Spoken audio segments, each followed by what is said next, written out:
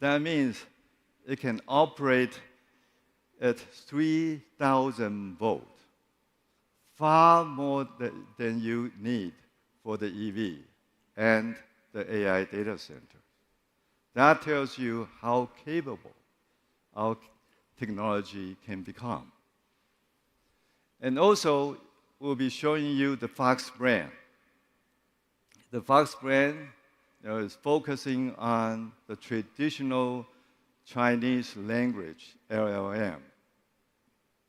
We're currently also working on some ideologies with Confucius ideologies that we're going to train this brand to have.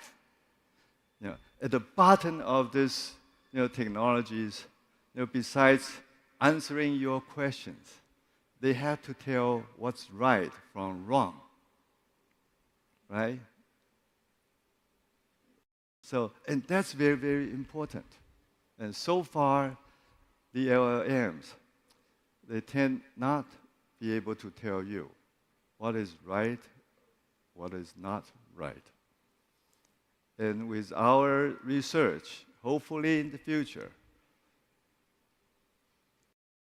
the system is able to tell you from the Confucius ideology's point of view what is right and wrong. So I think that would be amazing, right?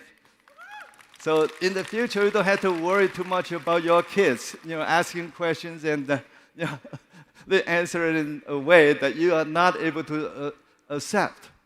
Okay. So these efforts, all the efforts that I just mentioned, Foxconn keeps moving up the value chain to have a faster, deeper, and more forward-looking. When we share and collaborate and strive, we don't just build products.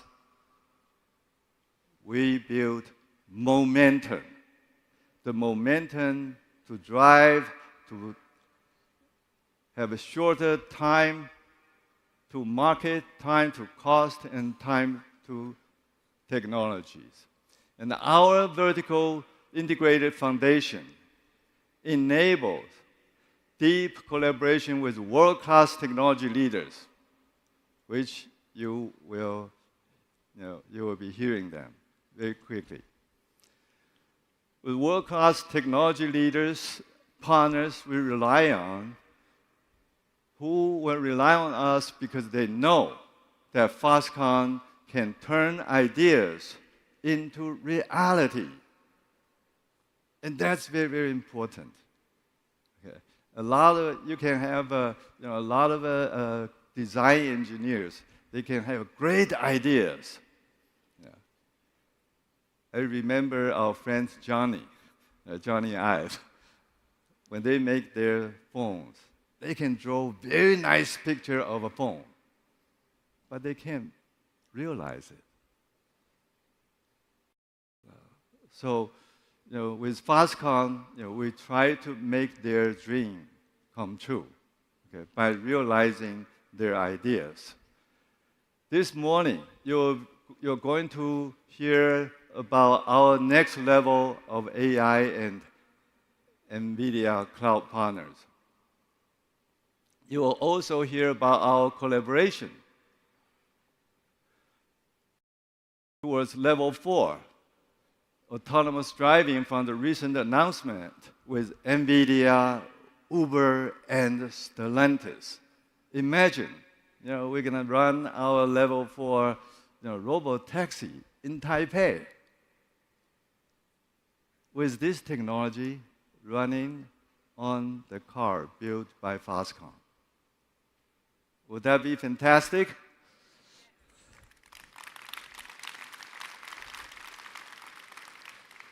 With IBM, we'll look at the quantum technologies, okay, and also the AI together, which can elevate the future AGI. Okay. With NVIDIA and ABB Robotics, we're going to discuss physical AI in industrial manufacturing. And you will be hearing about our work on the AI robotics platform with Alphabet's Intrinsic. Foxconn's innovative CDMS business model for EVs will be in the spotlights with Japan's Mitsubishi Fuso, which you will be hearing what they're going to do in Japan. But also, we're going to show you, the EVs that Foxconn has designed for the Japan market. We understand that innovation doesn't happen in isolation. None of this would be possible without our partners and colleagues. One of our newest partners is OpenAI. In very short years, it is amazing the achievements OpenAI has made. You will hear from Sam. You will hear from Sam himself. But he is not present in person. He has a video recording from him about strengthening the supply chain with a new class of AI hardware together with Foxconn. I can't wait to hear about all the powerful partnerships to kick off our fantastic lineup this morning. Let me welcome my great friend, Alphabet's Chief Product Officer of Other Bets, Hiroshi Lockheimer. Thank you, Young, for that warm welcome. I'm very excited to join you all at Hon Hai Tech Day. Foxconn is an important partner to Google and Alphabet, and our collaboration has helped bring to life some of the most important technological innovations of the past decade. We're grateful for the close partnership and are proud of the great products we've built together. AI is a once-in-a-lifetime technology. We're still in the early days, but we believe AI will be the most profound shift of our lifetimes. It will spur innovation, opportunity, and growth in industries and economies around the world, fundamentally shaping the future in exciting ways. Our partnership is at the forefront of this innovation as we bring together Alphabet's world-class AI and Foxconn's pioneering 3+3+3 strategy to unlock new opportunities. First, smart manufacturing. This is a really exciting space, and we're working together to combine our advanced AI and robotics platforms with Foxconn's deep manufacturing expertise. Together, we aim to build the factory of the future and solve the most difficult challenges in industrial automation and production. We have exciting developments to announce, so please watch this space.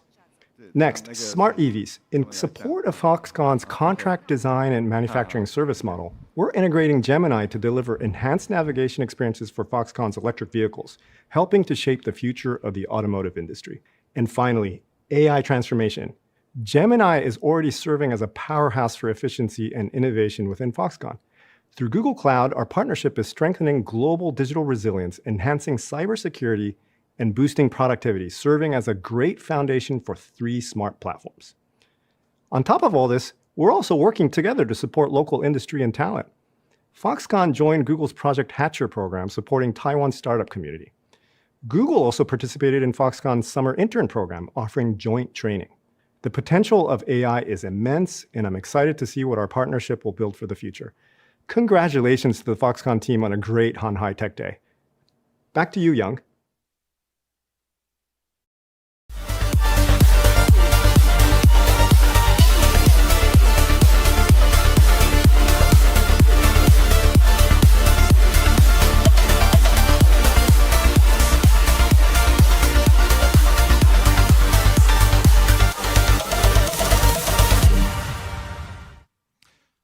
Ladies and gentlemen, what an incredible way to start this year's Hon Hai Tech Day. A message from our partner, a special appearance by our founder, and a visionary keynote by our chairman, Young Leo. It would thus only be appropriate for me to introduce our next speaker, the CEO of Visionbay, my friend, Neo Yao.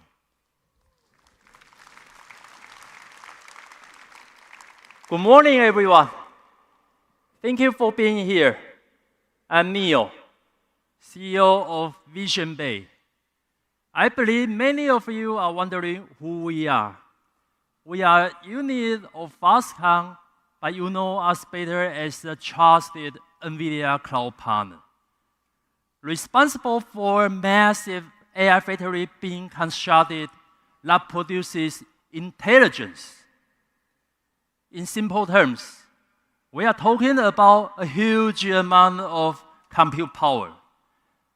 It is not only the essential energy driving the next generation of AI innovation, but also an important engine of Foxconn's three major platforms: smart manufacturing, smart EV, and smart city. Do you remember the news from last month? Foxconn just announced a $1.4 billion investment in AI data center. Well, our chairman entrusted me with that big numbers. And suddenly, I found my personal valuation just jumped to $1.4 billion. That is amazing.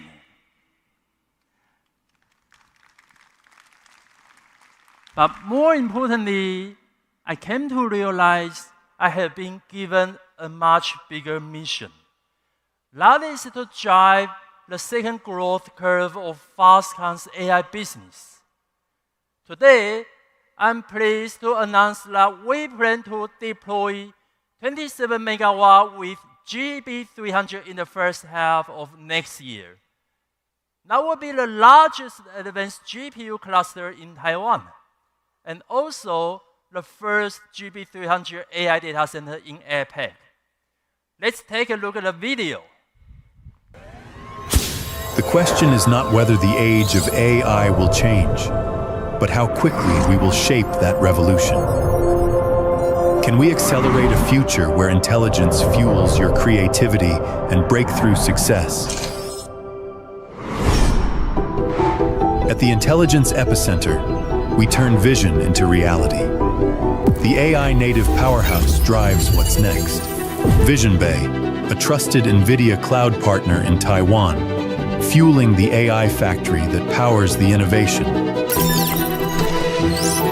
High performance, reliable, and cost-efficient cloud for every AI frontier.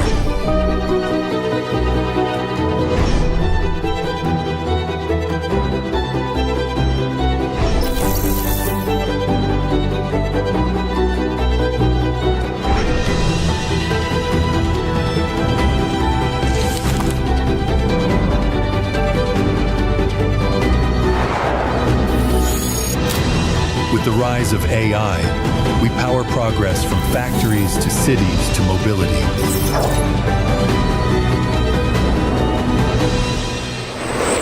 Where AI pioneers converge and co-create, building a sovereign AI state, empowering an AI native era. Smarter, faster, together. Awesome, right? When we look back at human history, we see our journey evolve from muscle, the age of stone, to machine, the age of industry, to connection, the age of information, and now to intelligence, the age of AI. AI will once again reshape how we live and how business operates. AI infrastructure will be the fundamental of this momentum. By 2030, global AI infrastructure will reach $5.2 trillion. That is incredible numbers. And AI compute demand from 2025 to 2030 will grow 3.5 times. What does that mean? That means AI will be one of the most valuable industries of the future. So we will start from Taiwan, building a complete sovereign AI solutions to empower the whole AI ecosystem development across Asia.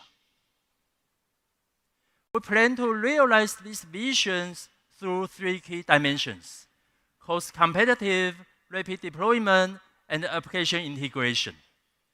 Visionbay will unite Foxconn's manufacturing, design, and supply chain capabilities to deliver the most competitive hardware. Besides, we secure key resources and integrate from infrastructure to application. So AI data center can deploy faster, and we bridge the compute with real AI adoption, helping our customers, the enterprises, turn ideas into impact. The next wave of technological and economy power is being created by us. This will not only expedite the whole R&D development, but also drive the industry and economic growth. The most important thing is that provides the ecosystem to foster AI talents across the whole industries. We believe that is the foundation of competitiveness, securing nations' technology autonomy and data security. However, as we move into the AI era, Taiwan still faces several challenges that need to be solved. Today, I would like to introduce my good friend Alexis from NVIDIA to share her insight on this issue and the potential solutions. Hi, Alexis. Hi. I'm glad to be with you on the stage today. Actually, I have one question for you. From your perspective, what kind of mindset shift do Taiwanese companies need to get ready for the AI era? First off, thank you, Neo, for having us here. It's a great question. As you know, AI is transforming all industries. Every part of the supply chain needs to think through the impact of AI.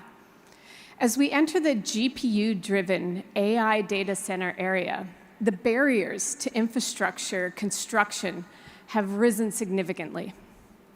In terms of capital investment, building standards, and power requirements. For example, deploying a 10,000 GPU AI data center, like what we're doing together, costs around $1.4 billion US. It consumes 27 megawatts of power and needs floor loading of 1.9 tons per rack. That's for an advanced GB300 NVL72 system for every rack. So in context, 2 tons per rack is more than double the existing conventional data center racks, and 2 tons, for reference, is about the weight of your average SUV. In addition, liquid cooling has become the main stage design architecture for advanced GPU clusters. It means that the difficulty of AI data center deployments for enterprises and public sectors has increased significantly, adding complexity to the operation and maintenance. And as GPU technology development accelerates, building individual facilities may no longer make economic sense. In fact, renting compute resources may offer a far better return on investment, enabling flexibility and enabling companies to scale their compute according to both product and business cycles. So through Foxconn's strategic partnership with NVIDIA and our vertically integrated supply chain, we could deploy advanced AI infrastructure much faster to meet all of our customer needs. Due to a lack of advanced AI infrastructure facilities, Taiwan enterprises in particular are facing efficiency challenges while they're competing with their global peers. And while leading nations are developing sovereign AI and empowering industries through computing power, our Taiwanese companies, they are at risk of falling behind. So, yes, so it's beyond large corporations. Taiwan has over 1.6 million medium and small-sized enterprises that are struggling right now and striving to upgrade and transform. Our goal is we aim to help these businesses by understanding the workflows that they deploy in their businesses, by integrating AI into their existing processes, a workflow plus AI approach. This will enhance operational efficiency and profitability for the customers. Currently, most AI cloud computing data in Taiwan requires the use of overseas computing resources. This, as we've suggested before, this exposes a potential security risk to Taiwan's enterprises and government. Therefore, we plan to build a secure local computing center in Taiwan together, which is the concept of sovereign AI. This allows Taiwan's domain knowledge and key technology data to remain local and ensure data security. NVIDIA and Foxconn's goal is clear. We want to build a fast and easy-to-use, cost-effective AI solution. In the future, we'll further integrate server manufacturing, facility deployment, and operational capabilities to ensure not only a faster time to market, but optimal compute performance and energy efficiency. Visionbay will also build an NVIDIA-centric marketplace platform, integrating other strategic partners and Foxconn's AI application so that all industries can easily integrate AI into their workflows. Combining facilities, operations, and AI application platforms, Visionbay is able to strengthen their position as a leading AI factory solution provider. So Neo, what's your next step? Alexis, thank you. Actually, we have seen a lot of opportunities in AI. We are committed to building the complete AI ecosystem and expand to the world. We welcome more partners to join us on this great and exciting journey. Let's build AI future together. Does that make sense? That makes sense. I can't wait to see what Visionbay achieves next, and I'm very proud that NVIDIA can be a part of it. NVIDIA has gone through a similar transformation. We've transformed from a graphics chip company to a systems company, and then to a data center company, and now an AI infrastructure company.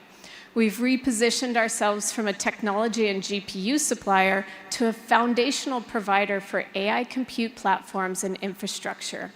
In some sense, it represents a more expansive view of our entire value chain, and we're empowering organizations with AI factories, but also building the foundational infrastructure for AI factories, encompassing GPU clusters, software ecosystems, global data centers, power grids, and investment partners. So it's partners like Foxconn and Visionbay from Hon Hai Group that are becoming more critical than ever before as we enable a broader set of partners to join us across the AI infrastructure ecosystem.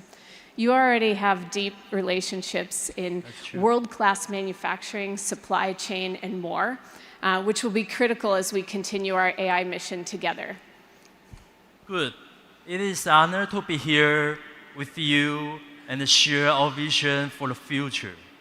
So let's do it together. Yes. Thank you. Thank you. Thank you all for the listening. Thank you, Neo. Thank you, Neo. It's a really nice job. Ladies and gentlemen, our conversation on artificial intelligence does not stop there. So it is my pleasure, and if you can please welcome with a very warm, roaring applause, Jesse, the head of AI and quantum computing for Hon Hai Technology Group. Morning, everyone. Our esteemed founder, chairman, and all distinguished guests here. Good morning. My name is Jesse Chow. Great to see you again. I see many similar faces here. My name is Jesse Chow, and I'm the head of AI and quantum computing from the corporate business development. 2 years ago, our chairman and the man, Jensen Huang, were on the same stage in Hon Hai Tech Day. I still remember it was the first time they started mentioning these magic words, AI factory. Back then, everyone talked about what AI factory really was. It sparked a lot of lively discussions. And today, I'm excited to share how far we've come since then, from the imagination to the real impact it brings. Today, we're inviting one of the oldest and greatest company in the world, which has lasted for more than a century, Foxconn still have 50 years to chase. Ladies and gentlemen, let me introduce our new collaboration, IBM, International Business Machines.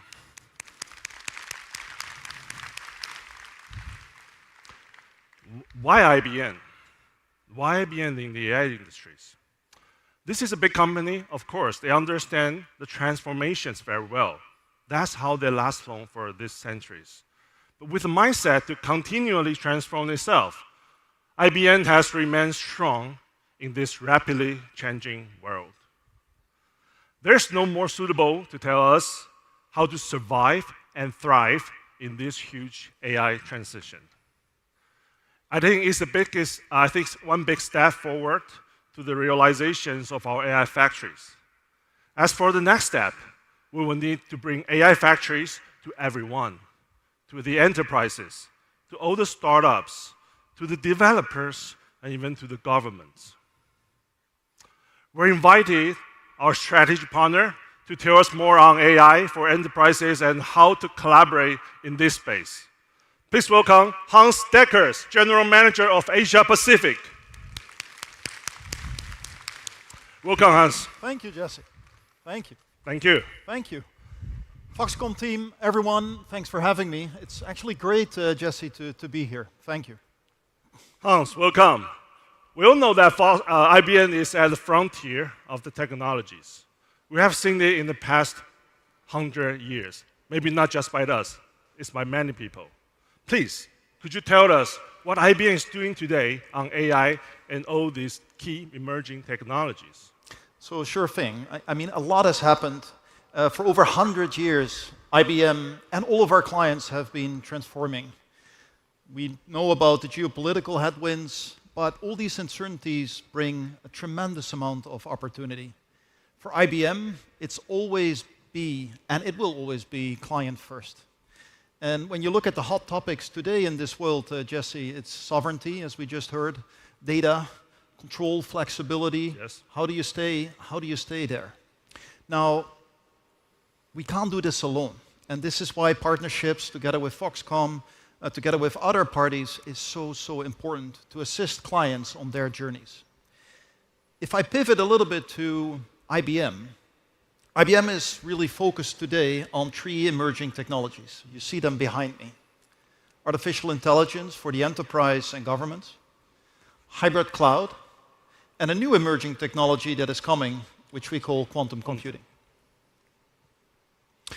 Now, Jesse, maybe we could dive into quantum a little bit? Yes, I think quantum is also another very exciting term, right? Tell us more about quantum. I think IBM is leading in this space for decades, correct? And I'd like to see how you see the visions of quantum and also maybe how to, fuse with the AI factories together. So, 3 emerging technologies, as I said. The latest one that is on the brink, if you're an optimist, quantum will be there in 2 years. If you're a pessimist, it's 4 years. So take your pick. Wow, 4 years. If you look at the quantum roadmap, and IBM has been on this track, IBM Research, for decades, we see that by 2025 we will have the first fault-tolerant quantum computer. Quantum will not replace classical computing. Yes. It will be a combination. They will supplement each other and accelerate AI. And a lot of this is already coming to the forefront. We've been working with many different institutions, including large banks, where we already see 34% higher accuracy rate in bond trading algorithms versus traditional compute. Oh, wow. So a whole new world is opening itself up. Wow, so there's banks or enterprise start adapting with this quantum algorithm and to optimize their workloads. Oh my, that's very advanced, right? So I think it's also a very different IBM indeed, right? Which is why Foxconn is keen to work with organizations like IBM to realize our visions of the technological future. Next question. What are the challenges that you're seeing today on the AI adoption for enterprises? Right. So let's maybe first ground ourselves in 5 common challenges we see in the boardrooms with enterprises. Okay. And then I'll talk a little bit on how we collectively can solve Sure. it. So the first problem or challenge we see everywhere is that every big enterprise has multiple infrastructures to manage, on-premise, off-premise, and they haven't really found a way to properly integrate them. Second, data. Data has been exploding for decades, but only very few companies have actually extracted the right amount of value from it. True. Thirdly, many enterprises have seen a lack of automation. So with the new technologies, data exploding, infrastructures being everywhere, without proper automation, it's very, very difficult to manage. The fourth one, and these are all compounding challenges, is a lack of skills. New technologies are emerging. Companies have a very, very difficult time to keep up with skills, which combines you into the fifth challenge, which is really security. If you have these four not properly managed, you open yourself up to potential security challenges.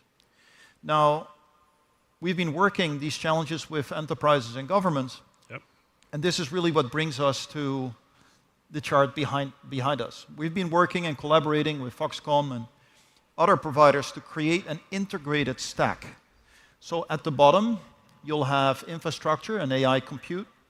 Then you'll have a hybrid cloud layer using Red Hat OpenShift, very open platform. Then really it's a data layer that we've been adding using open source software, where really the data of our clients is the data of our clients. Then we built AI models, very specific, unique models, domain specific for the enterprise. Yes. We then provide orchestration for agents, but also for assistants. And that all comes together in what we call a collection of use cases. And those use cases is ultimately where enterprises extract the value. These use cases will be the AI factory, as we're discussing. AI App Store. AI App Store. AI App Stores. That's interesting. I really like the word, AI App Stores.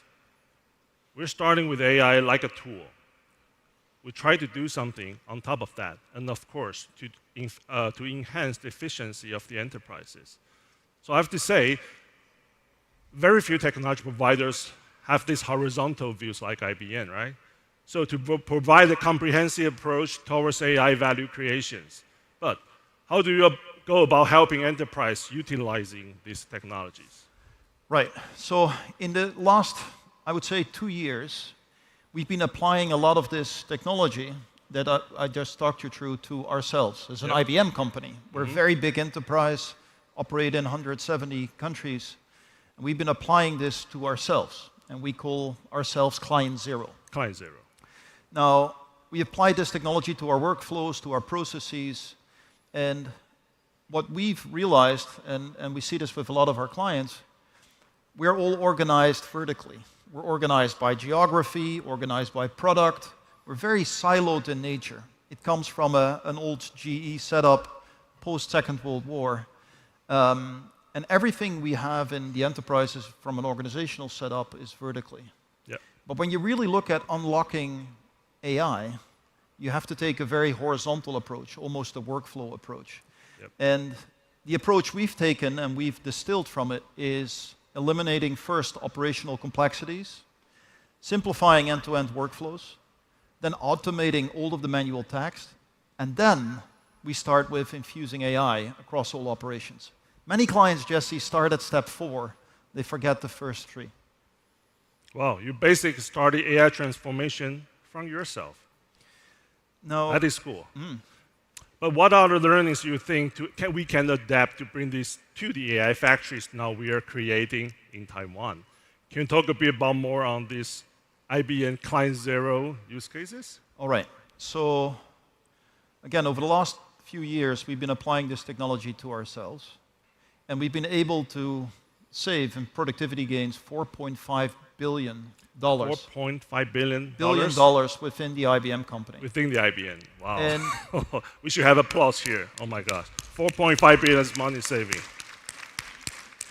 Now, we've implemented AI across 70 workflows, enterprise workflows that cut across all of these silos. This is where you really can extract value for the enterprise. We're very optimistic about what we could do together with clients using the AI examples and the factory we just talked about. And it really sets the right foundation for culture, platforms, governance to drive success. We've been able to do it in our company. We're doing it with clients. And I believe with the right partnerships, we can bring it to the rest of the world. Thank you. I think applying this client zero approach is really a smart idea, which makes this use case more persuasive. It just nicks by you and change the ways of working. And that's how they tell you, the IBMs tell you, and we tell you together that how we change things. To wrap things up, I want to talk about the future. What's your view on the impact of Foxconn's AI factory to our clients? Our clients here, right? The ecosystems and also Taiwan. I think applying client zero approach, these use cases, is allowing all of us, right? Enterprises, governments, the ecosystems, companies in Taiwan, but also outside, to really take all of that and be in a unique position to horizontally integrate the enterprise and therewith extract massive value from all of these technologies. Cut across the silos. And for us, right, collectively, the realization of the AI App Store is really becoming the use case store for all of the enterprises to start using. I think so, yes, to cut the silos. So what's the final one message you want to leave with all these audiences? So first of all, I have to congratulate Foxconn. It's fantastic to be here. You. It's fantastic to see all of the innovations that Foxconn is bringing. We, as a company, have been in Taiwan for 70 years, and we're looking forward to be there in the decades ahead. IBM will continue to invest into Taiwan's future, and there are a few things that are really important, and I saw it already in the previous presentation. Sovereignty, how do we secure it? And I believe the factory will absolutely help. The power of partnerships, nobody can do it alone, and together we will be stronger. And maybe thirdly, it's really bringing this reimagination to impact, which is the core of this discussion. I think so. I think sovereignty is the big turns also for the future. Right. Thank you, Hans. Thank you. Thank you, everyone. Thank you. Thank you. Thank you. Thank you. Thank you. Let's keep it up for Jesse. Great job. And yes, in case you didn't notice, we do high fives here at Foxconn. And also, I have moved from that position to this position here because I am transferring over from as your MC to now the person who has the pleasure to guide you through 2 talks. Not just 1, but 2. And I also now have to introduce myself. So ladies and gentlemen, my name is Robert Schlager, Head of Corporate Communications for Foxconn in the United States, working closely with our Chief Product Officer, Jerry Xiao, on initiatives across North America. And it is my absolute pleasure to be here with all of you here today to introduce our next segment. As the chairman alluded, this is a very exciting day, but it's also a very exciting a moment. Because what will be shared has not been advertised on our Hon Hai Tech Day website or our Hon Hai Tech Day mobile app. And at this very moment, in both the United States and Asia Pacific, news is breaking if you have not already seen it. News is breaking if you have not already seen it. But for those who have not seen the news, or for those who may not know what we're alluding to, this will also be the first time that it is heard in this very room by this incredible audience. We know that a key to Foxconn's success as the world's largest electronics manufacturer and solutions provider is our global network of partnerships. In part, that's what Hon Hai Tech Day is all about. It's not only a celebration of Foxconn's accomplishments, but it's also a celebration of the accomplishments of our partners. This new partnership is meant to solve problems. Number 1, AI infrastructure components and its demand is outpacing supply. This is a problem. Number 2, this partnership will strengthen the domestic supply chains across the United States and accelerate the deployment of advanced AI systems. I'm from the United States. And I can tell you that as of 2025, Foxconn's presence in America remains strong. And as our chairman has said, the US remains a key region that is part of this technology group's global presence. Over 6,500 men and women in the United States work at Foxconn with manufacturing operations in 6 states. We are proud of our server production development that is taking place in Texas, Wisconsin, and California. We are proud of our presence in Ohio, which is now positioned as a place for future AI infrastructure manufacturing. And we are proud of the Foxconn employees who work in Indiana and Virginia. This partnership is good for our business in the US, our business globally, and is mutually beneficial. This partnership takes place with a company that we are all familiar with.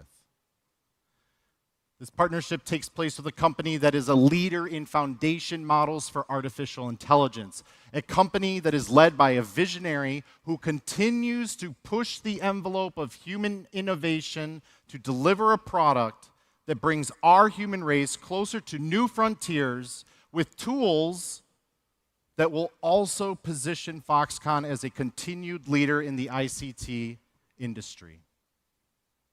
That company is represented here by a very special guest who will deliver the honor of introducing that visionary leader's video message and our announcement. So thus, without further ado, please give a roaring Hon Hai Tech Day welcome to Alex Brown, head of APAC, GTM, and partnerships from Foxconn's newest partner, OpenAI.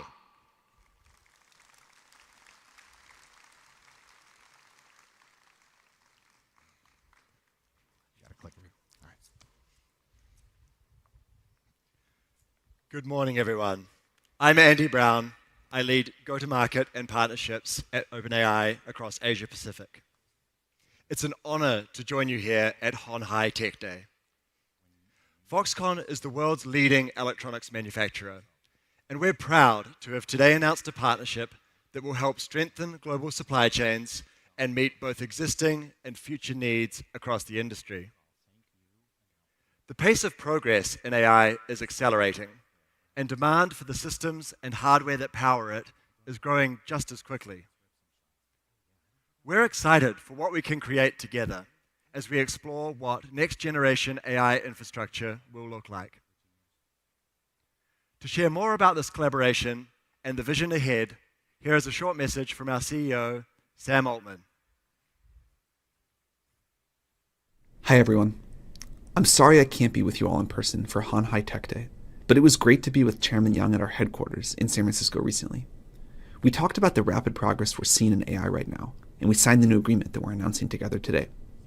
We are proud to work with Foxconn, the world's leading electronics manufacturer, to design and build the next generation of AI hardware in the United States. Demand for critical components in AI infrastructure is already far outpacing supply, and we expect that will only continue over the coming years. This agreement is about strengthening the supply chains to meet the existing and future needs across the AI industry. This field is progressing very quickly. Just 3 years ago this month, we released ChatGPT. Before that, few people had used AI. Today, 800 million people around the world use our tools each week to learn, to create, and to build. And while AI is already bringing a lot of value to people around the world, there's huge potential ahead as the technology continues to advance, from accelerating scientific discoveries to increasing productivity across the global economy. As these models become more capable, they'll require new and more hardware to support them, new racks, new cooling, power systems, and more, and a strong supply chain behind all of it. To keep pushing the frontier, we need to build these new types of AI infrastructure hardware at scale, and I'm excited for that to happen in the US and with Foxconn. Foxconn's experience building complex infrastructure and hardware at massive scale makes them the ideal partner for this, and I'm looking forward to exploring together what this can look like. We'll share insight into emerging hardware needs across the AI industry, and Foxconn will use that to design and prototype new equipment that can be manufactured in America. The hardware that powers advanced AI infrastructure will play an important role in ensuring this technology is widely accessible and benefits all of humanity. As we look to 2026, I see extraordinary potential ahead of us.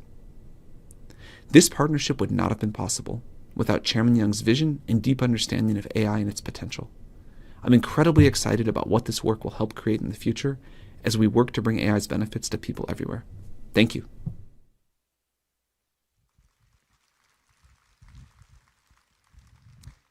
Thank you, Sam, and thank you, Andy, for joining Foxconn to make this exciting announcement.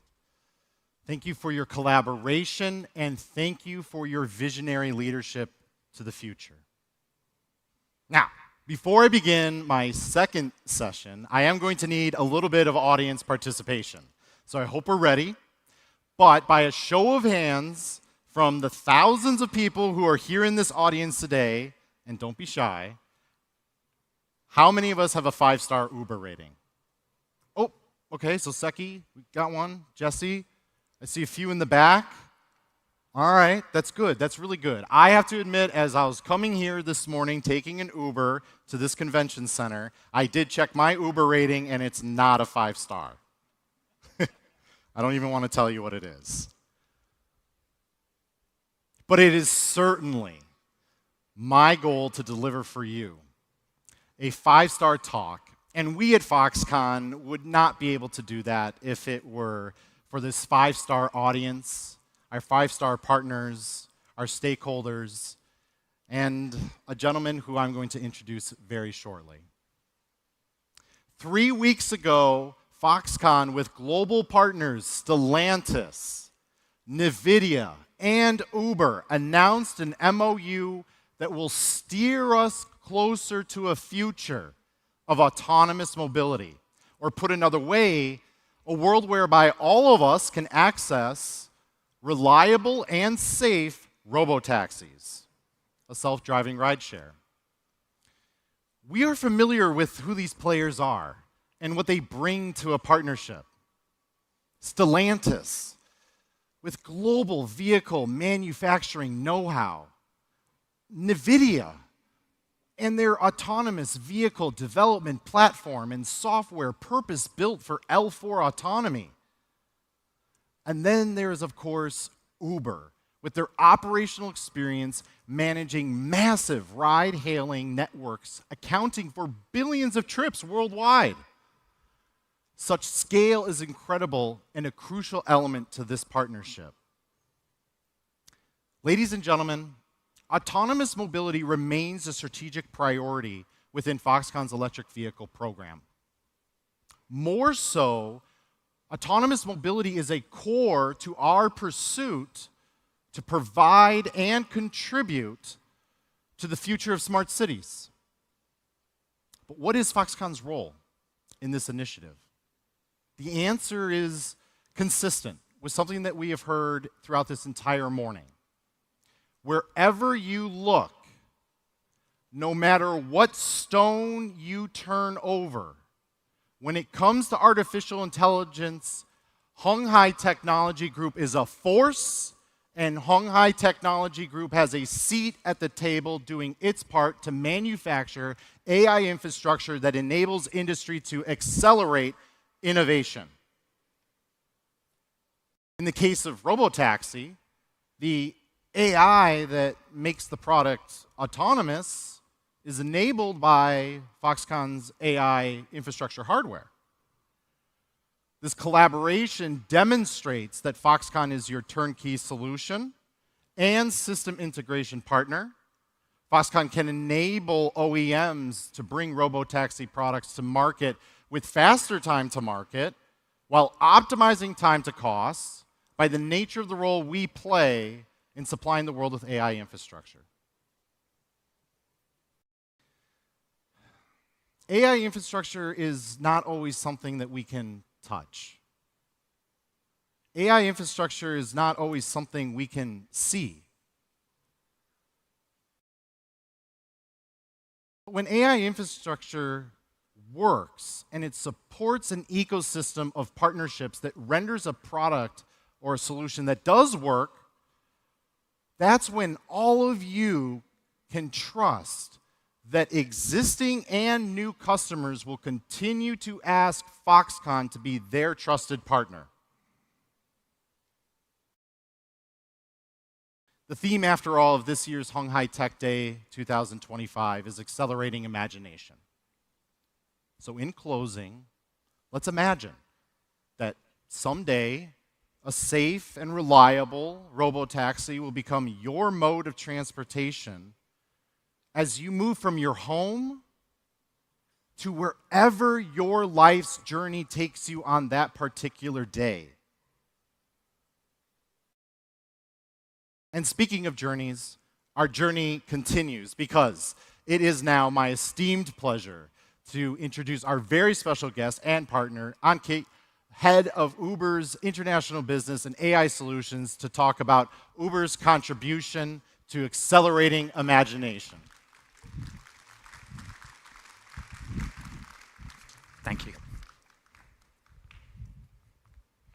Good morning, everyone, and thank you, Robert, for the kind introduction. It's a pleasure to be here in Taipei, Nangang, one of the world's greatest centers of technology, innovation, and design, and of course, food.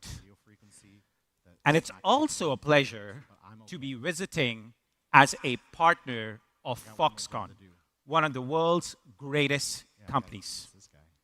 Like many of you, I feel I have grown up using products built by Foxconn, devices that have powered nearly every modern digital experience.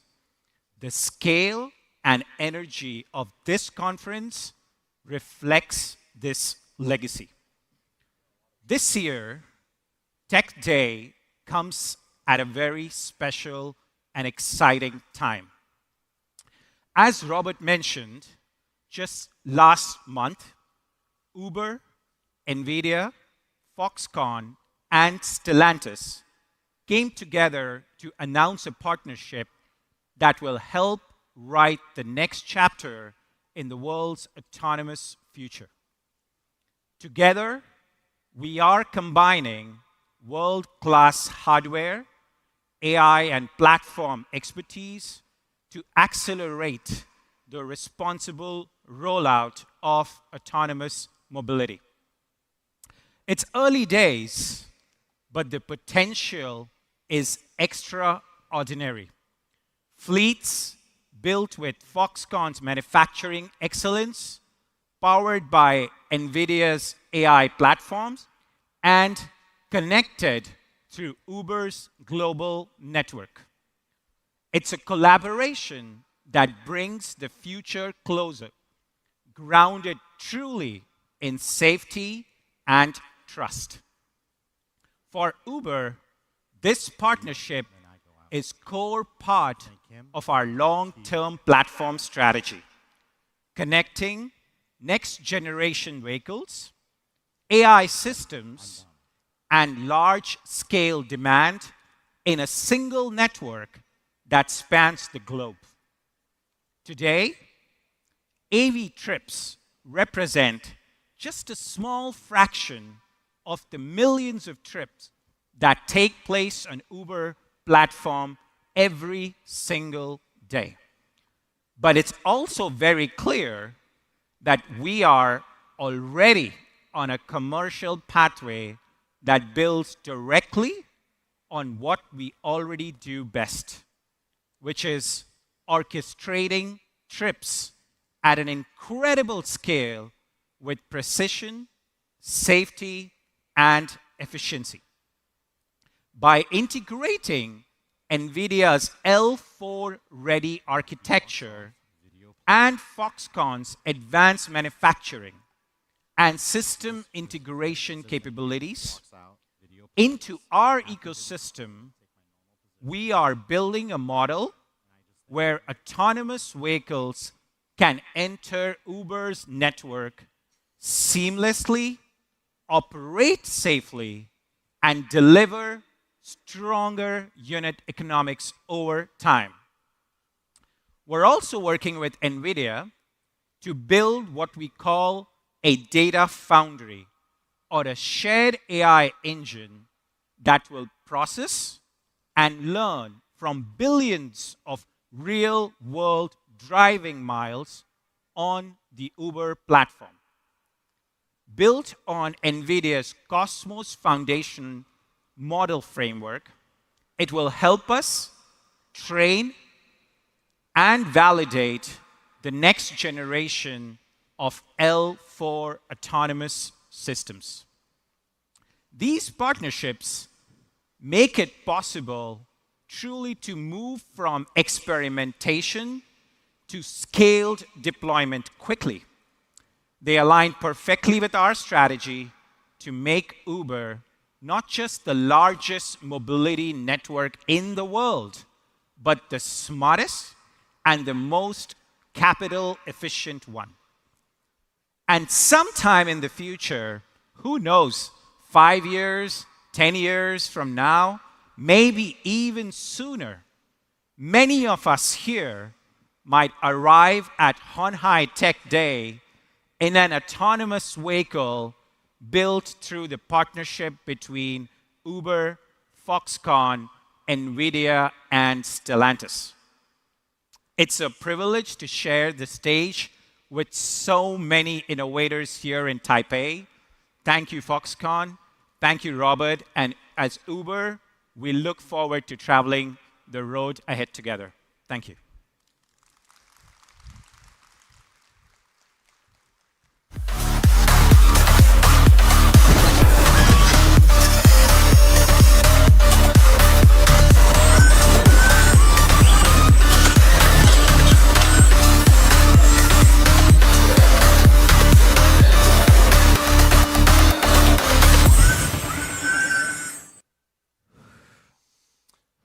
Thank you, Uber. And for our next session, I would now like to introduce Dr. Xie, our Chief Digital Officer from Hon Hai Technology Group. A round of applause, please. Good morning, founder, chairman, and our guests. I'm Shi Zhe, head of the Smart Manufacturing Platform. Before I start, I want to ask a question. Are you excited about all the computational powers and AI capabilities Hon Hai and the partner is providing today? Are you? For myself, thanks. For myself, I'm very excited to use that to change our factories. Smart Manufacturing Platform is one of the smart intelligent platforms of our Hon Hai Group. The core of the platform is a super brand powered by our AI factories, the engine of the AI-ready platform that powers 3 cutting-edge capabilities, which is manufacturing AI, agentic AI, and the physical AI. Together, this enables the deep integration of generative AI across Foxconn's factories. Now you see, we are building intelligent solutions based on the smart manufacturing platform for our factories. For example, here you see, we have 8 different applications. This includes generative AI for advanced scheduling, flexible manufacturing system, factory GPT, and autonomous operation AI for intelligent decision making. Together, they improve our manufacturing capability and maximizing efficiency. But today, before we talk about platform, more importantly, I want to talk about physical AI. I think we are entering an era of physical AI, which is embodied intelligence. This means that AI empowers robots, machines, automation equipment, has the ability to sense, to understand, and to act by themselves. At Foxconn, our chairman mentioned, we have 3 levels of physical AI in our factories. Let me tell you. Number 1, level 1, is a fixed motion and automation. Speed, precision, and repeatability is a major focus for that. Number 2, we add sensing, control, enable basic flexibility and adaptability to response. And level 3, we integrate all the AI capabilities we put perception, decision-making, and learning, allowing system to self-adjust and to do complex scenario problems in real applications. In level 1, you see here, the AI-powered path planning has significantly enhanced our robots and the machines to do more stable work. Now we develop it to EDM and the metal processing. And in level 2, since understanding AI increase flexibility and efficiency in cable assembly and precision assembly in our factory. Level 3, most excited scenario. Multimodal AI enables humanoids and collaborative robots to autonomously execute complex scenarios or applications, including intelligent warehousing and beyond. Right now, we see the capabilities of physical AI, so we are expanding our physical AI capabilities to our most advanced factories, lighthouse factories around the world, more than 100 lighthouse factories. But you see here, apparently, robots' capabilities is continue to advance. The range of applications is expanding. To achieve the optimal performance, not only we need robots, not only we need scenarios, we all need training and simulation. This is heavily rely on the computational power. So today, I'm really happy to invite our guests from NVIDIA to the stage to share their solutions and visions for physical AI. Let's welcome Spencer Huang from NVIDIA. Thank you, Spencer. Hey, thanks. Good morning. Thank you for Please having share me. more about your stories. Sure. Thanks. Thank you so much. Good morning, everyone. Welcome to Hon Hai Tech Day 2025. I'm super excited to be here to talk to you about the types of problems that we see in robotics that we're hoping to solve together with partners like Foxconn. We're looking at a great set of challenges that lie ahead of us for the next stage of robotics. And so one of the things that I just want to take a step back on is what exactly are we looking at in terms of where we started and where we want to go? So we know that physical AI is the next wave. We've seen the advent of LLM and ChatGPT. We know all of the benefits and all of the great technologies and the great solutions that it's offering us. And now we're starting to learn how can we apply this intelligence to the physical systems that are going to help us build and interact with the world around us in the future. And we also know that this is going to be a large industry. Robots are going to be everywhere. They're going to be in industry, they'll be in hospitals, they'll be in our houses, they're going to be on and off world. Robots are effectively the future of humanity in the way that we're going to be interacting with our world and the way that we can go and turn the world and all of the future solutions into things that are new industries that don't exist today. And the reason is because anything that we could automate up until today has largely been limited by the way that we can describe the processes to the robots themselves. Whether it's conventional robot programming, waypoint programming, where you want to show a robot by taking it from point A to point B and having it remember, it's only gotten us so far. But where we are today is extremely impressive, but there's still much more to go. And so in the next set of autonomous robotic solutions, we need to start thinking of how can we apply autonomy at every stage. We often talk about Project Groot at NVIDIA, if you're familiar with our humanoid project. This is an endeavor, a long-term vision of how can we start solving for autonomy for the humanoid embodiment. But along the way, NVIDIA believes that we can take all of these valuable technologies and bring them back into industry today so that way we can apply them to the problems that we see today where they still have no solutions. And so we look at this in physical robotics, or in physical AI for robotics, as our three-computer solution. You need a computer that allows you to train the brain. You need another computer that allows you to simulate the robot inside of a simulated environment that's physically accurate prior to actually deploying to the real world. And then, of course, you need the hardware that allows you to then take all of this intelligence, put it onto the robot, deploy it into the real world, and start really doing valuable tasks.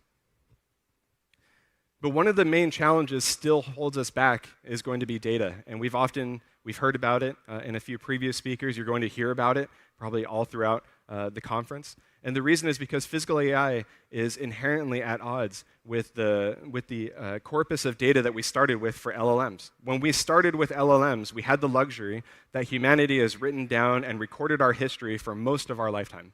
And so we were able to treat and train these agents off of information that already existed. For physical AI, it's much different. We don't really have much in the way of a large data set that allows us to describe the physical world around us. We don't have much data on how we interact with the world, whether we're touching it, how hard you're interacting with an object. We don't have much information because we never really had means to record it, we never had means to generate it, and we never had means to augment it, meaning that whatever small bits of information you can capture, how can we turn that into large amounts of information synthetically? And so we look at this as the robotics data challenge. When you think of ChatGPT 1.0, pre-training was essentially taking all of humanity's knowledge and baking it up into one initial, the very, very first baseline for what we'd consider large language model intelligence. But for physical robots, we're still not quite there. When we think of physical AI, we think of what are the types of atomic skills that we're going to require in order for us to have useful robots doing useful tasks in complex environments. And unfortunately, we still don't have that today. And so we're fighting on two fronts. One, we need to be able to capture data that allows us to build up a baseline that gives us general autonomous intelligence.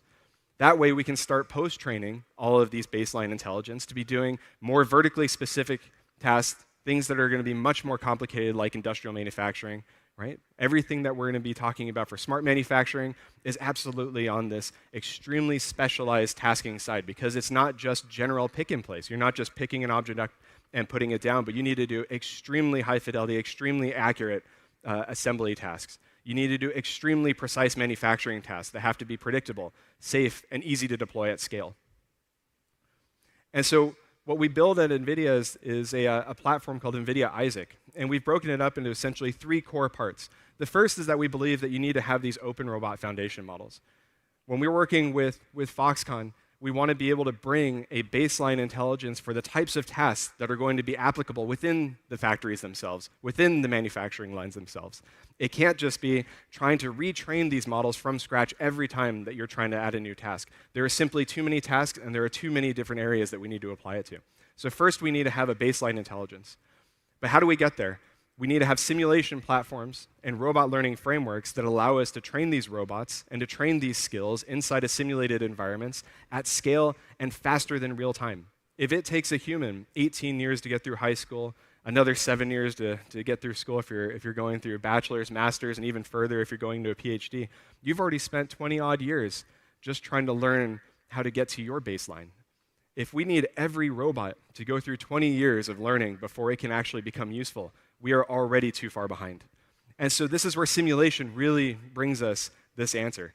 The ability to simulate a robot is the same thing as saying, I can simulate something at faster than real time. How can I train a robot in 20 years' time but only spend a few hours in real time?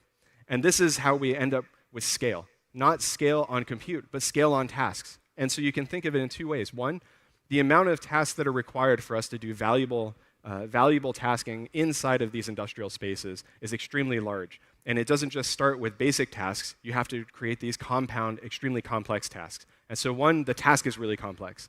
On the other side, in order to capture all the data for each of these tasks, it is exponentially greater than the tasks that you have. And the reason is because a single task can be applied to many different environments. When you're looking at a chef, they don't just know how to cook in one kitchen. They can cook across many kitchens, across many different domains, across many different regions. And so the skills themselves are transferable. And so this is why we need to have simulation platforms and these robot learning frameworks to allow us to train these skills and then apply them to all these different domains prior to actually deploying them into the real world. But in order for us to actually scale out all of the data and all of the simulation work that we have, having the foundational technology is not enough. We need to be able to have new ways of capturing the data and taking the data that we capture and multiplying it in simulation, and then augmenting this data in simulation to give it more diversity so that way that we can build up this data set. And so all three of these are essentially trying to solve for one of the problems that we were already blessed with in the beginning of LLMs, which is we didn't have the data that LLMs have, and so we have to build it ourselves. And so this is our way of trying to solve for this data gap, trying to save for the data problem by creating a set of platforms that allow all of us together to be able to generate and capture the data that's required in order to build out these necessary skills. But unfortunately, we can't just do that alone. NVIDIA is a platform company. We believe very, very heavily that we need to work with the ecosystem, and it makes even more sense for us to do this with robotics. And why is that? Because every robot that you're going to deploy, every task that you need to train and then deploy into a manufacturing facility is going to be dependent on so many different partners throughout the value chain. Whether it's the robot OEMs, the end effectors, the people that are making actuators, those that are simulating the platforms, bringing this to scale in cloud, all of these come together because as an ecosystem, we're able to start solving for this grand challenge. It's not a single company challenge, it's a grand challenge. And that's why working with Foxconn, it allows us to start solving for one of the most important and one of the hardest challenges out there, which is industrial manufacturing. Smart manufacturing has the unique position of being at odds with the way that we think of general tasking. So think of it like this. If you go on the internet, almost everything that we see that is common to our daily life, we could train to have a robot go into our house and maybe help us clean our house.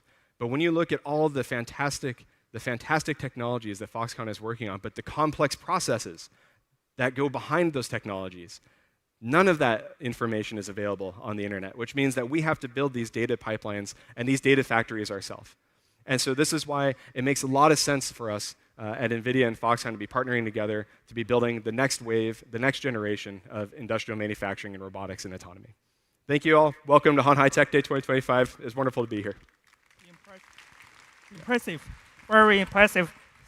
Spencer, thank you for coming. Thank you so for much. sharing your visions and Thank you. let us know how physical AI looks like. Absolutely. Thanks. Thank you so Thanks.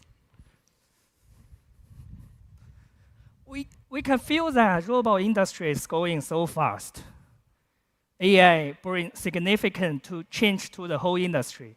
We see the humanoids, we see the level 2 flexible robots, but we also see a fundamental change for the traditional robots and automation together with AI. So now, I want to invite our second guest speaker to the stage to share their journey on the physical AI. Let's welcome Mark Segura from ABB Robotics.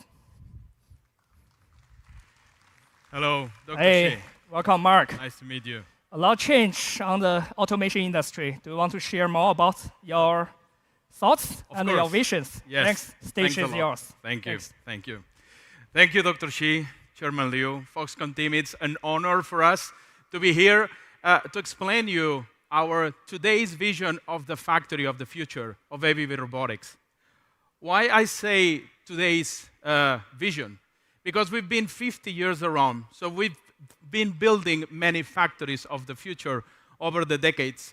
In fact, in 1974, a group of pioneers, Swedish engineers, were made aware that Intel had produced the first CPU, and they thought this can be the way and can realize what today is understood as a modern robot, electrically driven by electrical motors, microprocessors control robots. So over decades, we've been developing to a global leader in industrial robotics. Today, our portfolio spans from different types of robots, SCADAs, large, middle, small, parallel robots, a big number of cobots, autonomous mobile robots, and beyond autonomous mobile manipulators. We have close to 200 different mechatronic embodiments in our platform. At the same time, we've been developing software and adding eyes, adding vision, adding embedded force control, so our robots become more and more intelligent. Through these decades, where we were, as many robot companies, grown in automotive, we have also developed new factories for new industries in food and beverage. Since 2008 and 2009, the development of consumer electronics, later on in logistics, and today going in other frontiers like lab sciences and healthcare. As ABB today, we see two pillars for the factory of the future. On one hand, the autonomous and versatile robots. Robots that are beyond precision, safety, and accuracy to become intelligent, autonomous, and adaptable. and coping with that, the next step of robot simulation towards a hyper-realistic digital twin. The two things put together are enabling the factory that we are all dreaming on. So let's start with autonomous mobile robot with a quick video. At ABB, we're creating the future of AI-powered robotics today. Advancing mobility, deepening understanding, and enhancing capability. Combining the latest in hardware with the smartest in AI-powered software. From accelerating scientific discoveries to building faster and more affordable homes and keeping business moving. Our robots don't just see, they recognize objects and can pick, hold, sort, and move them with precision. Our robots don't just act on programming, they understand the world around them in 3 dimensions. They build their own maps to navigate in real time. And they learn from what you tell them or show them, with the versatility to switch between a range of tasks in real time and the autonomy to get the job done without intervention.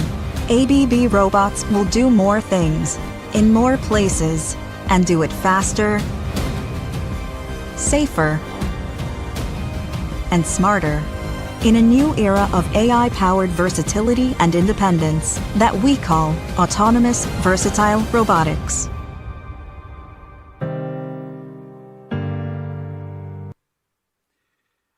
Autonomous versatile robots. Why did we choose this name? Because autonomy and versatility are not the same thing. And as people think now about the full-fledged robot that can do anything, in industry, return of investment matters. So we wanted to break down the concepts and making sure that we have individual products that you can put together to achieve the full autonomy and versatility. Autonomy is the capability of a robot to perform a task without human intervention in a changing environment. Robotics was about the structured environments. Autonomy is about unstructured and changing environments. While versatility is the ability of a robot to change from one task to another task without human intervention. When you put those things together, and of course including mobility, that's the vision we have for modern and futuristic robotics. That future is already here. We are commercializing and deploying many of these ABR products in the world. The first I want to mention is a non-AI product, as much as this is not cool these days, but it's a very important level of autonomy and dexterity. We use it in electronics assembly in many of the Foxconn plants, and it consists on giving the robots the vision combined with the force to do very delicate assembly. Can you imagine what it takes to build the phones that Foxconn builds? Well, we do that combining vision, giving the robot the image of the part, having sensitivity on the robot with force control, measuring the currents of the motors, and combining that at speed of milliseconds, be able to have that sensitivity like a human touch to assemble perfectly and seamlessly. That's already kind of degree of autonomy because you can cope with material variations, deformations, and still insert precisely. We have developed our range of mobile robots, and what's really particular of them is their mapping and localization capabilities. We call that visual SLAM, visual simultaneous localization and mapping. The autonomous robots are equipped with cameras that see the world in 3D. They create cloud points, and these cloud points go through, of course, neural networks to understand. Not only do they have a very robust navigation that requires no infrastructure, you just open them and they go, but they are also sharing the plans. The fleet sees a common map. We have factories in the US who have hundreds of AMRs deployed with kilometers of factory map sharing the maps together. And that swarm intelligence is, of course, bringing additional yield. But not only that, when you give eyes to robot and brain to robot, the mobile robot also has a semantic understanding of the world. And that has very obvious applications. When a mobile robot, be without an arm or with an arm, has to navigate amongst us, if they would recognize that a person is a person or a box is a box and can put semantic attributes, it can take intelligent decisions. Simple ones like collision avoidance. If I need to avoid an obstacle, I'm most probably going to go to the non-animated object like a box versus going to a person, and so on and so forth. Visual SLAM is not only about localization and mapping. the visual navigation is enabling all these AI features. Another example of vision is what we launched is iMotion platform. Robots need to have eyes. Vision is a default capability of robots, but we know what we dream of and we know what reality was. Integrating vision in robots was still today tedious task of calibration, program coding, and so on. This has to stop if we want to go fully autonomous. With the OmniCore iMotion, we have integrated in our RobotWare and Robot Studio platforms two things that need to go hand in hand.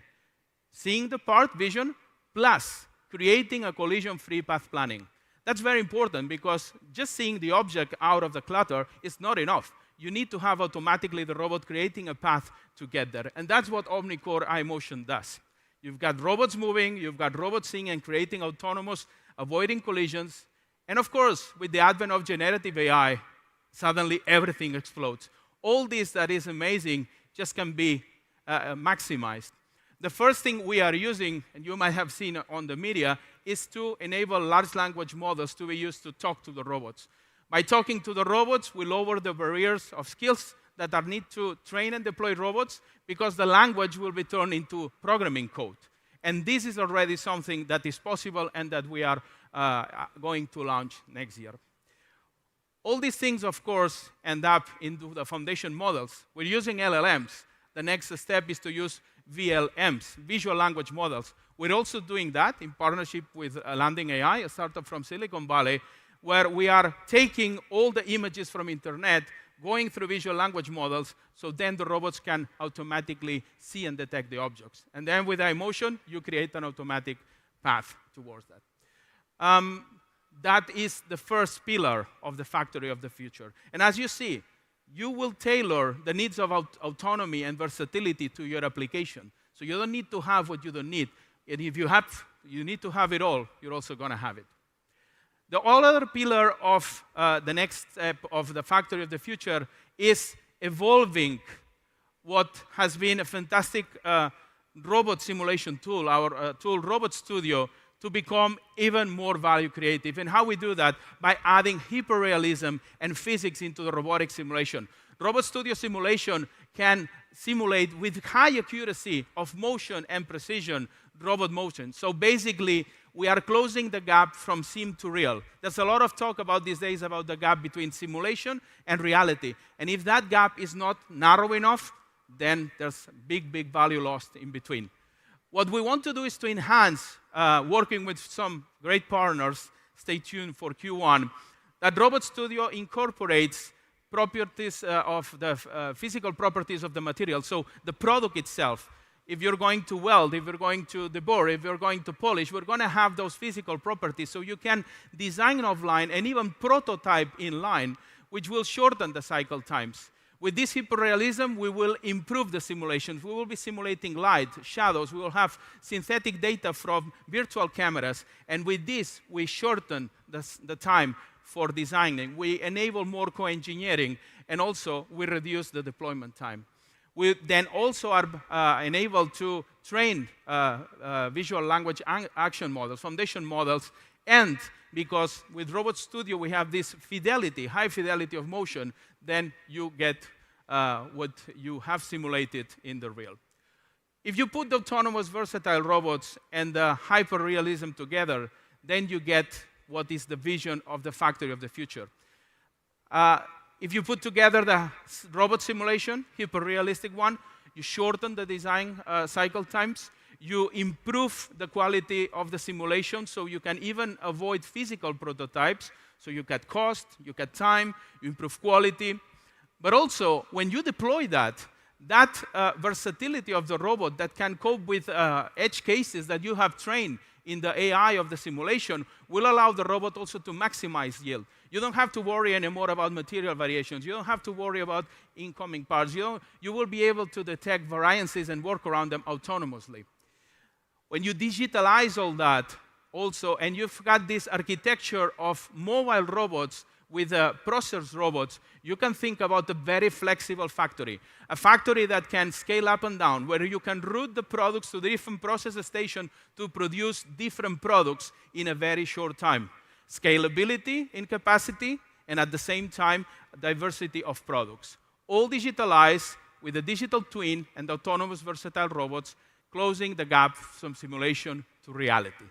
This is our vision for the factory of the future, and we will be honored to work with all of you in making that happen. We've got some demos there and much more to come, but for now, thank you very much. Thanks, Mark. Thank Wonderful you, Dr. talk. Appreciate. Thank you. Thanks. I think Mark showed us the potentials of all the physical AIs. Very impressive work. I really look forward to work with his team to change the industry. Now you see what we've done. I'm very confident. You see, we built a triangle, very stable, right? We built a triangle for physical AI. Here, you see, we have a closed-loop physical AI SWOT. Foxconn, NVIDIA, and the ABB. Together, we are shaping a smarter, more connected, and data-driven future for global manufacturing. Last year, here at HHTD, we shared our collaboration with Alphabet Intrinsic, Siemens, and the Project Genesis with BCG. Today, they are all here. Together with the Intrinsic, we build a platform to shift from product-specific solution to a general-purpose automation solutions, which gives us an eventual goal of full factory orchestration and automation. And we have one more thing forward. Today, we want to announce we have a joint venture company together with Alphabet Intrinsic that will build the intelligent factory of the future. And Intrinsic CEO, Wendy, she's here today with us. Thanks, Wendy.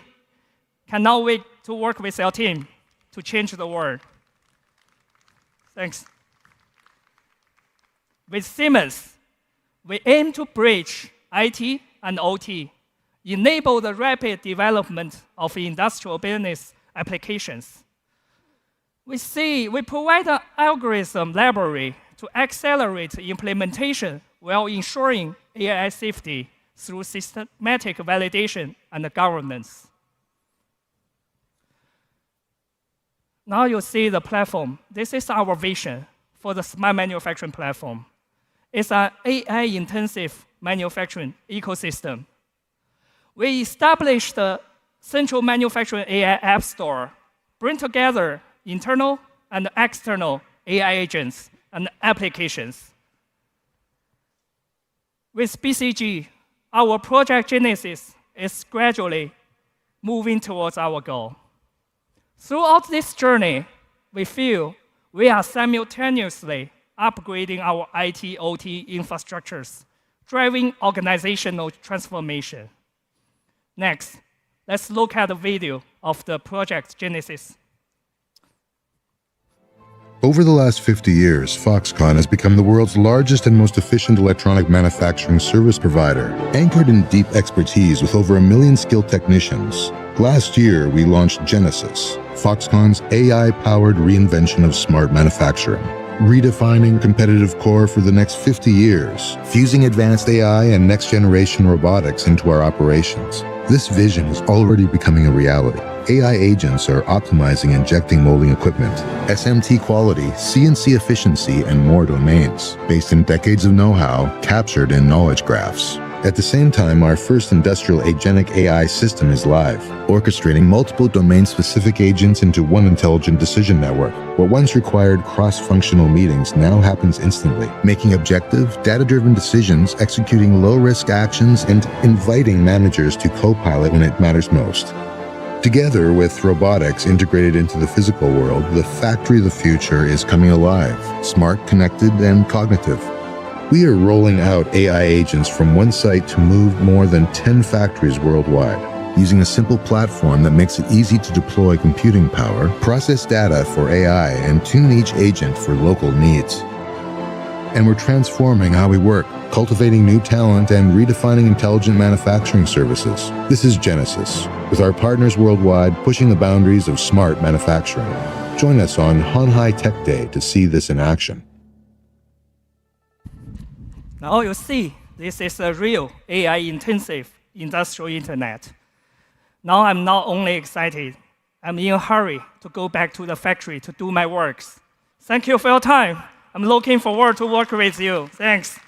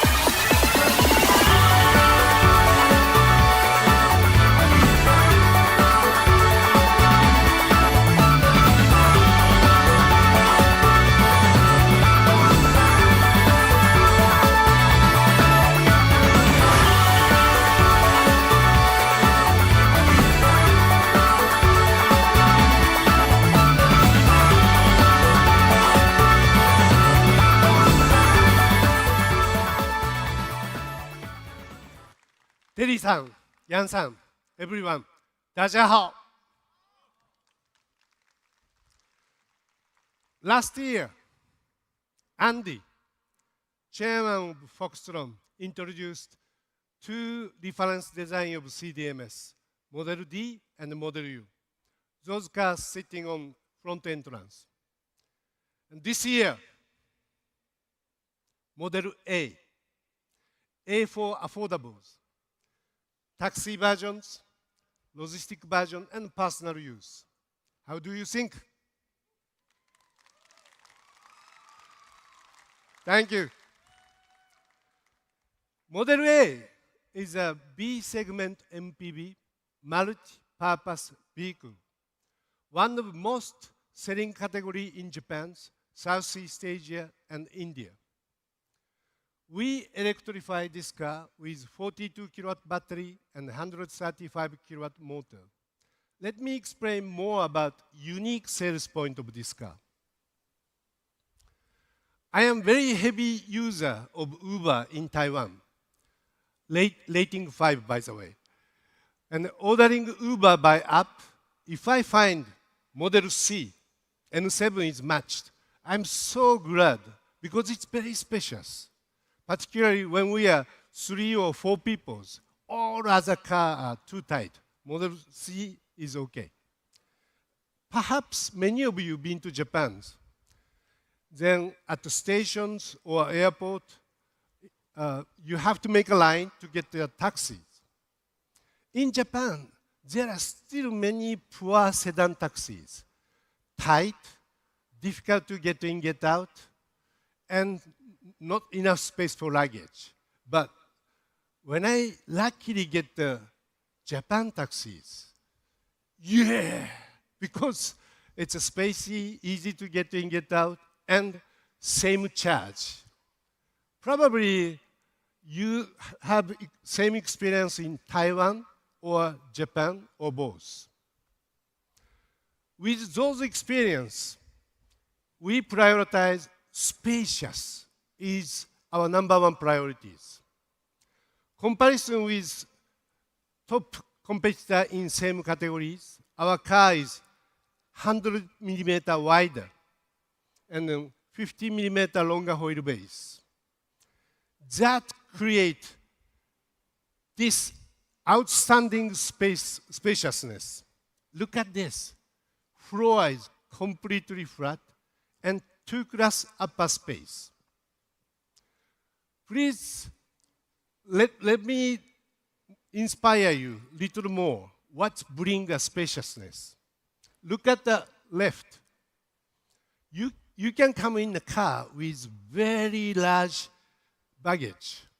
When you are in a hurry, this helps you to save time a lot. Look at the right one.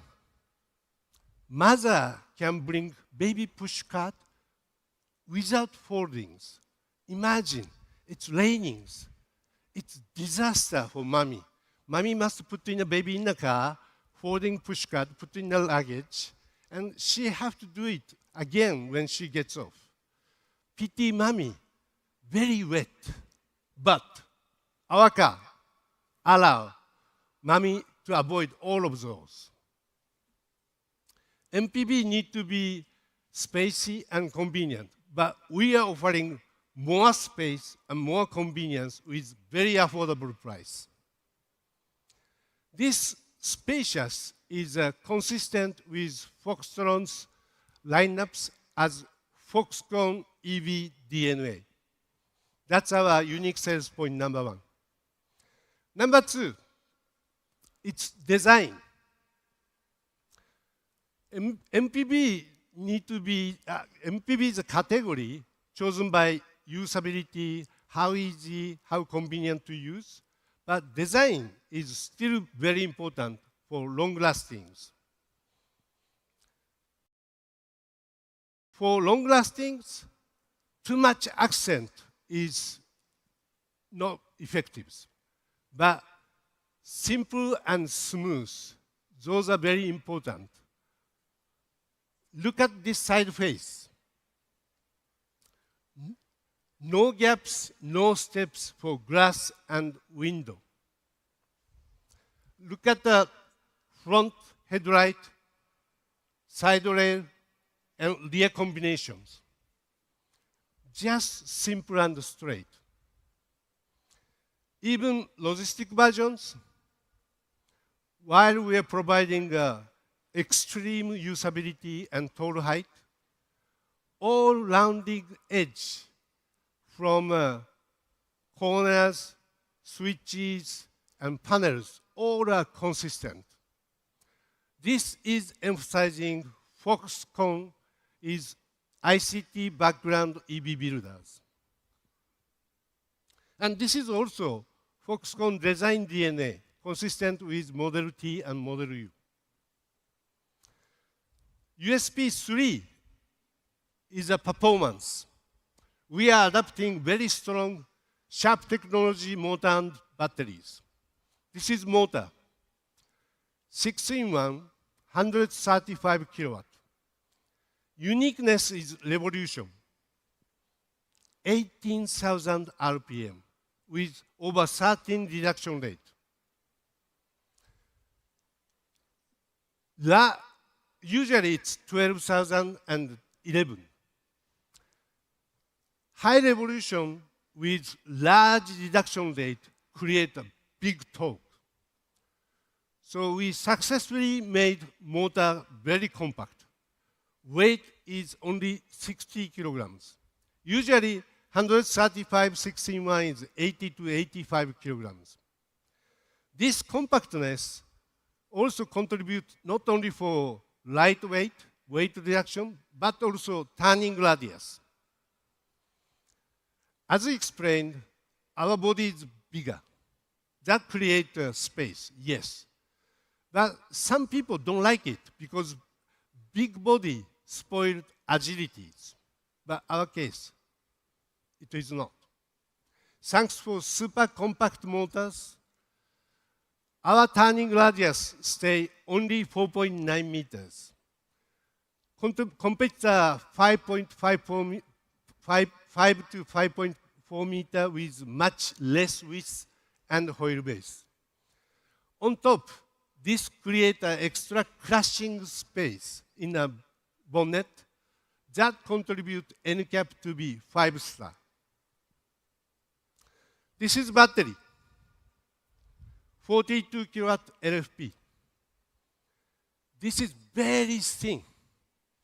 So step height stay 400 millimeter and less. But most selling point is charging time, 20 minutes with 400 volt. 20 minutes, 800 volt is not difficult, but expensive. Maintaining affordability with 400 volt, we successfully compressed charging time to 20 minutes or less. Usually this is 28 to 30 minutes. Last unique sales point is advanced e-architectures. In order to make cars smarter, software will only increase. It's reaching 500 million lines. 500 million lines, 5 億 lines in a car. SDV requires those huge software to be updatable and upgradable. Key to execute this is how to integrate controller. We are latecomer for old world, but sometimes latecomer has advantage. Luckily, we have no legacy from old-fashioned EEA, while most of OEM does. This is our zonal control. Successfully integrated, we have only 28 ECUs, including some small one in the sensor. Usually it's 150 to 200. Based on this advanced E architecture, we develop smarter SDB and software. Let's talk about the smart EV a little. As an example, please imagine, think about battery and its damage. Generally, battery nature is same. For example, smartphones. If you make a complete empty, you damage battery a lot. If you make a always full charge, then even using with cables, you damage. On top, like EVs, when you give a quick charge, while battery is very hot, you damage battery a lot. You don't want to damage batteries, of course, but you don't know when you are damaging batteries. As part of smartness, our battery talk to you before you damage. Hi, Dad. I need to talk to you. What happened, my princess? I'm very hot since you are driving fast and braking strong repeatedly. Oh, sorry, my princess. I promise I cool you down. Thank you, Dad, but Remaindelec is very low. You may force me quick charge. Oh, no, my princess. I promise not to charge you until you cool down. Okay, thanks, Dad. Now I go back to IVI. See you at home.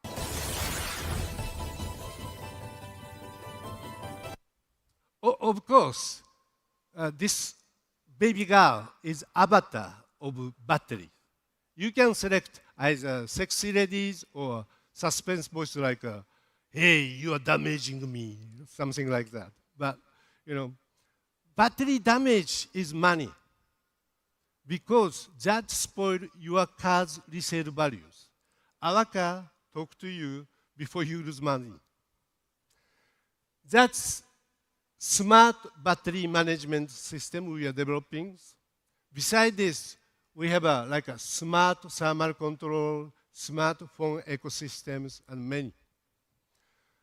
We don't install unnecessary connectivity or SDB unless you feel it's convenient. Everything are only for user benefit. We are going to communicate these smart technology to outside through MIH after obtaining visibility of our patent. We take patent not to dominate this technology, but prevent someone to dominate technologies. We believe these smart technology need to be opened, accelerate EV sales globally. So that's our Model A, reference design for CDMS customer, spacious, simple design for long lastings, and high performance, and advanced EEA with smart software. We have been receiving many requests from our potential CDMS customer to use these for taxis, logistics, and personal use. We would like to hear from you today and tomorrow. Please give us your voice, advice, request to make this car better. 谢谢大家. Thank you, thank you, thank you. I have one more good news today. Last year, we invited ZF Foxconn chassis module as our new family. Egdolf spoke his new growth plan, if you remember. This year, we invite MFTBC, Mitsubishi Fuso Bus and Truck Company, as our new business partner. We released an announcement in August that we agreed MOU to work together for EV bus in Japan, and it's moving as expected. Today, representing MFTBC, Koura-san is on stage. Koura-san, come on stage. Fuso 是日本最大的做货车，也做 bus. Welcome. See you again. Thank you very much. Koura-san is the head of bus business of MFTBC and my important business partner. Koura-san, can you brief about your company and your vision of EV bus? Stage is yours. Thank you, Seki-san. Of course, it's my pleasure to talk about my companies. Yeah. Hello, everyone. Hello, ladies and gentlemen. My name is Katsuto Koura. Today, we look and hear about many collaborations, partnership of Hon Hai Group. Just on the stage, another collaboration is coming because my name is Koura. Everybody can understand. Huh? This is exactly same pronunciation of Coca-Cola. So you cannot forget my name. Huh? Please remember my name at least, if you forgot Mitsubishi Fuso. But okay, first of all, Chairman, Seki-san, and the friends of all of the Hon Hai Group members, congratulations for today's Hon Hai Tech Day 2025. I also very much proud and also happy to take this opportunity to talk about my company, Mitsubishi Fuso Truck and Bus, and also our challenges. But I understand many guys, what is a Mitsubishi Fuso worry about? Who are you? Huh? We are commercial vehicles OEM maker in Japan. Fuso brand have more than 90 years experience and histories. And we are proud of Fuso, not only in Japan, but very much international, globally. We are located in Kawasaki in Japan as a headquarters of our company, and also main our plant for Fuso brand truck manufacturing. Also, we have the facility of development, testing, spare parts plant, also KD plant as well in Japan. My responsibility is bus. Regarding for the bus, there is Mitsubishi Fuso bus manufacturing. They are one of our subsidiary, and then they are produced our Fuso brand bus in Toyama, of course in Japan. They also have the more than 17 years of the long history with super high quality production.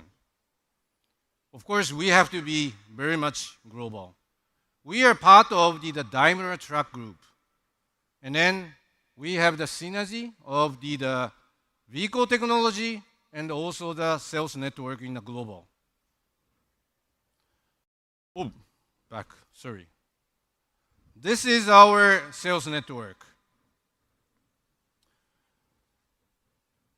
We are Mitsubishi Fuso have around 250 outlets in Japan, and also more than 2,500 outlets through more than 170 markets. We are covering not only Japan from the north to south, but also that we are covering very much globally widely. This is our strength, really. We have strong sales network. We have strong after-sales network. We are communicating with customer. We are doing the B2C business, by the way. So we are communicating with customers daily and also the deeply. And also, we are taking care whole life of customer's vehicle. This means we are taking care customer's business itself. Anytime, customer centricity. This is our company's of the most biggest philosophy. This is our lineup. This is our history. This is our children. I would like to touch later on a bit for my responsibility of the bus. But before going to that, I have to bit short introduce our history and also the innovation. Fuso itself is started from bus in 1932. Today, we are already implemented very much stylish bus, coach bus, but started this long history. So Fuso is bus. And also our product have very much safety features. Why? So much for we are sensitive for safety features innovations. Because this is one of the key for the customers, especially for the bus customers. Because bus is carrying the people. Everyone expected to move safely to their destinations. But this expectation is nothing special, very normal, but must be secured. That is the reason why we are very much sensitive, and then we are taking a long time to develop and also innovated our safety features. But not only that, we are also very much environment friendly and then challengers. We are first producer of light-duty trucks of the BB, so-called e-Canter, in 2017. And this year, just last month, at the Japan Mobility Show in Tokyo, we introduce our challengings for 2 heavy-duty trucks of hydrogen power. This is concept vehicle, but we are show up to the globally what is our challengings.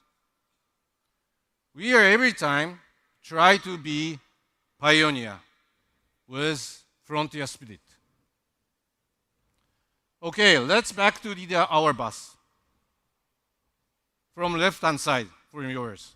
This is our heavy-duty coach bus. We are getting #1 share of the market, and then this is our flagship product of the bus. The middle one is our heavy-duty city bus. Unfortunately, we are not top, but we have to become necessary to champion. And then this is the really market. We are looking for the potential for the collaborate with Hon Hai Group. The last one is a LOSA. This is the light-duty shuttle bus. Today, we also the #1 the markets, but also we are looking for the potential for the collaborate with Hon Hai Group as well. So, I would like to touch a little bit numbers. This is our achievement. We are very much in a growth, especially after the COVID-19. We are tremendously increasing our volumes and the share of the market. This is, of course, all of Mitsubishi Fuso's team's members' effort. This is our achievement. But it's not enough. If we are looking for environment, the expectation about the carbon neutral is the growth, the both in Japan and worldwide. And bus, if I'm talking about the bus business, I cannot talk not only the numbers, because we are very much supporting the society. And it is necessary to get acceptance and also the trust from the society as a brand. But on the other hand, we are doing the business. That is also true. So we have to be more strong. We are still very much hungry. That is the reason why we are very much looking forward to do collaboration with Hon Hai Group.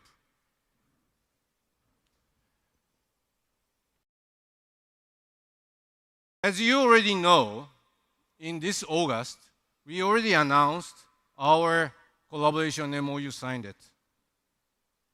I believe Fuso and Hon Hai's collaboration is leading the expansion of the market of the ZTV. Again, please remember what I said of the strengths of the Fuso. We have a history. We have experience of the bus business. We have the capability of development, production, sales, after sales. We know market, we know customers. What is the strength of the Hon Hai Group? Yes, you already know today. Hon Hai have the technology, tremendous network globally in our areas, a lot. So I believe that is the reason why I'm believing the both companies' collaboration itself is both are becoming the stronger, and we are leading the market much better. So these two models you already know very well. We are trying to collaborate for this model and then expand the market. That is our mission, and then this is our exciting.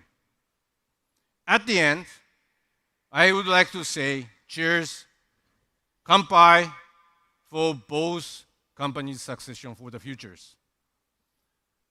Thank you very much for your attention, and 谢谢、どうもありがとうございました。Thank you. Thank you, Kono-san. Not so much word necessary. We just need execution. In near future, you see Model T, Model U in Japan. We do. Thank you very much.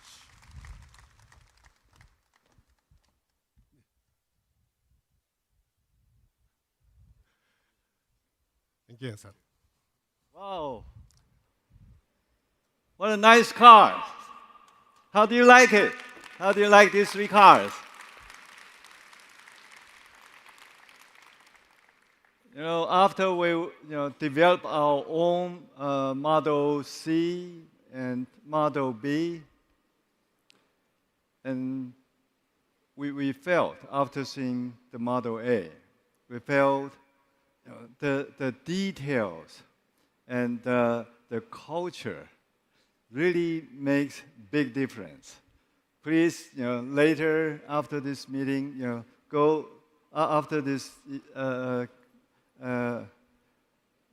talk, please go and appreciate the fine details of this Model A's. This is from Japan, from our team from Japan, and it will be for Japan. Okay, thank you, Seki-san. Thank you for your work on this Model A. I think it will be doing very well. And now I have to follow our tradition like last year. I'm going to speak in Mandarin now.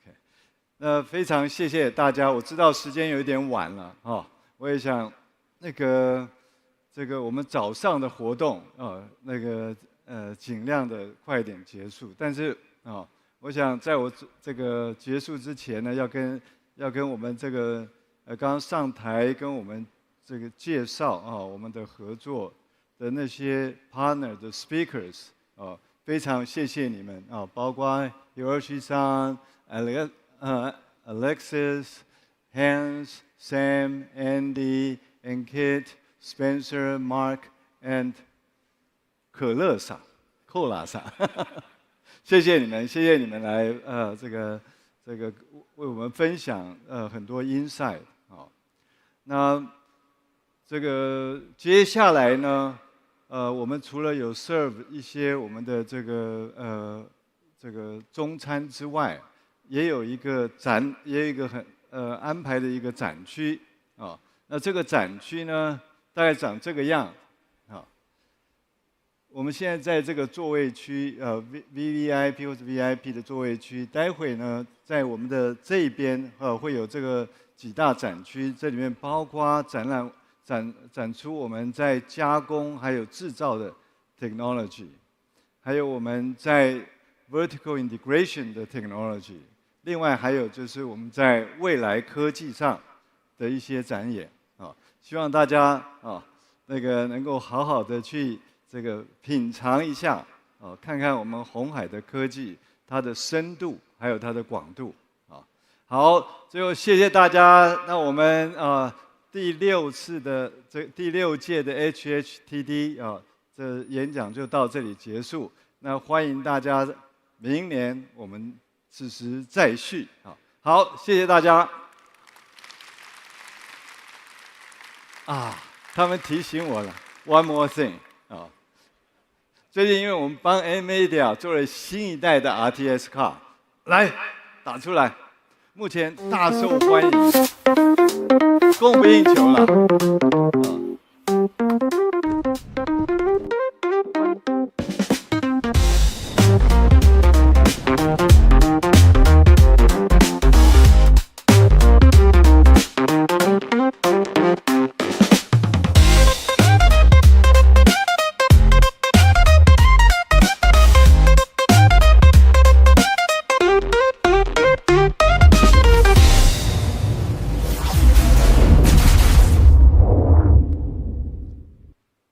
这个 RTX 的显卡，